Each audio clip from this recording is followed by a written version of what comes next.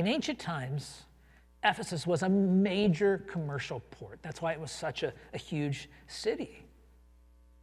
But the closest harbor today is in the city of Kushadasi. It's a half-hour drive away. In fact, the shoreline of the Mediterranean is now over 3 miles away from Ephesus. How does something like that happen? It's because the river that runs through the town, the Cayster River, just gradually filled in the harbor with silt and kept pushing the ships, the shoreline, farther and farther away. I think if we're not careful, something similar can happen with our witness for Christ. When we say or do things that offend unbelievers, even if it's small, we start to push them away. Now, the gospel itself can be offensive. There are offensive parts of the truth of the gospel. And like I said earlier, we shouldn't compromise on that message. But Satan tempts us to adopt self-righteous attitudes, to be condescending, to voice strident opinions that aren't necessarily connected with the gospel, or even to behave in hateful ways.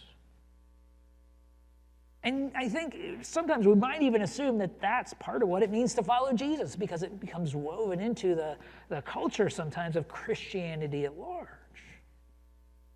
But there's nothing Christ-like about that. That's another pitfall. And it's a dangerous one.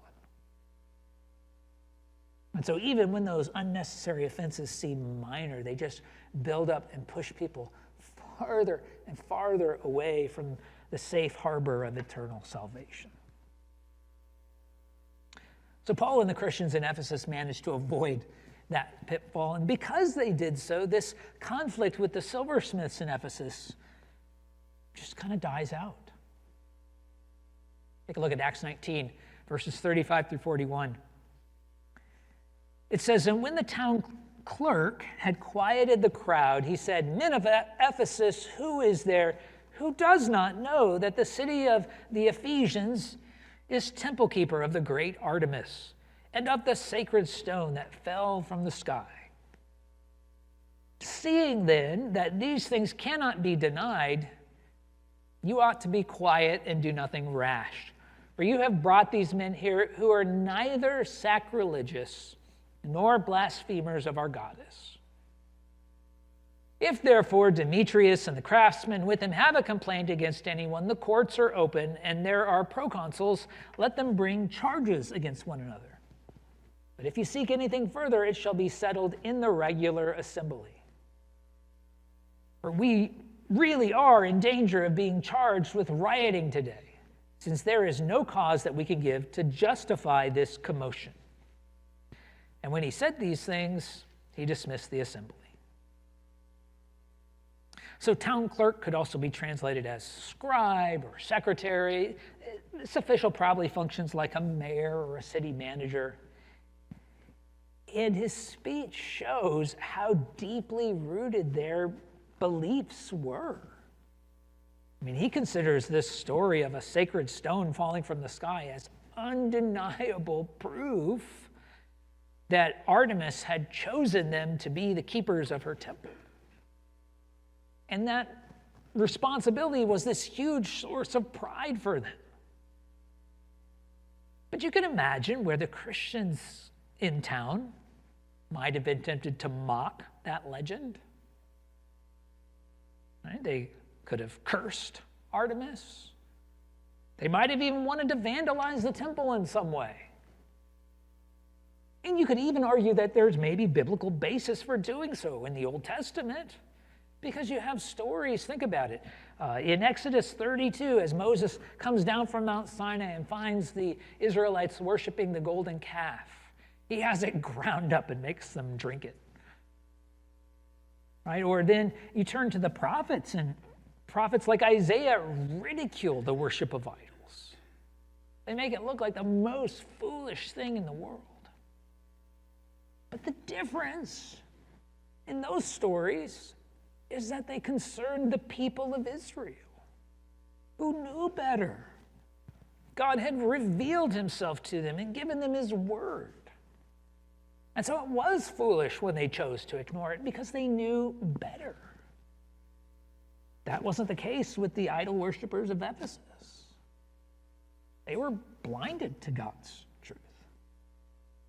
Paul talks about that in 2 Corinthians 4, verses 3 and 4. He says, even if our gospel is veiled, it's veiled to those who are perishing. In their case, the God of this world, speaking of Satan, has blinded the minds of the unbelievers to keep them from seeing the light of the gospel of the glory of Christ, who is the image of God. How do spiritually blind people come to see? We keep reading verses 5 and 6. Paul says, for what we proclaim is not ourselves, but Jesus Christ as Lord, with ourselves as your servants for Jesus' sake. For God, who said, let light shine out of darkness, has shone in our hearts to give the light of the knowledge of the glory of God in the face of Jesus Christ. I mean, those verses remind us that we have no reason to be condescending toward people who don't believe yet. We're recipients of the grace of God, who's shown his light into our hearts and opened our eyes to see. And so as we reach out to people, we come as humble servants, proclaiming Christ to them. And so I think the Christians in Ephesus had that purpose in view. They avoided this pitfall of unnecessarily offending the worshipers of Artemis. And yet this sense of care, this concern to not offend, extends beyond just religious things. In Romans 12, 17 through 18, Paul says, repay no one evil for evil, but give thought to do what is honorable in the sight of all. If possible, so far as it depends on you, live peaceably with all. And so we should strive to do that, to maintain peace. New Testament believers are not called to fight cultural battles, to be moral police, right? Fighting the unbelieving world in some judgmental way. Our goal is not to gain power, to coerce people into some kind of external conformity with God's word. I mean, I think Satan would love for us to focus on that. Because when we take that kind of outlook, that kind of approach, when you shove morality down people's throats, people who are trapped in spiritual bondage, then they'll either get exasperated and resentful, or they'll develop a superficial conformity that only serves to harden their heart from the gospel. In 2 Corinthians 5:20, Paul describes our mission by saying, therefore, we are ambassadors for Christ, God making his appeal through us. We implore you on behalf of Christ, be reconciled to God. And so we have to avoid these pitfalls as we go through life, these distractions, to stay laser focused on delivering God's gracious appeal. Because we know that no matter how immoral or idolatrous even someone's life has been, Jesus wants them to believe so that they can be reconciled to God. Nothing else matters until that relationship with the Lord begins.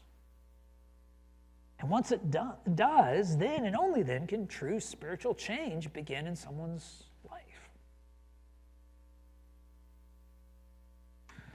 So beware of these pitfalls. We have to avoid the spiritual compromise of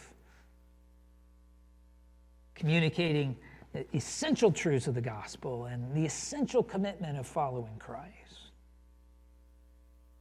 You have to avoid those sorts of public disputes or even just fruitless arguments with people who aren't really interested in hearing the truth, because those are a waste of time. Finally, we have to avoid those unnecessary offenses that only serve to push people away. We need to communicate the gospel appeal of Jesus Christ in a way that reflects his character and his love.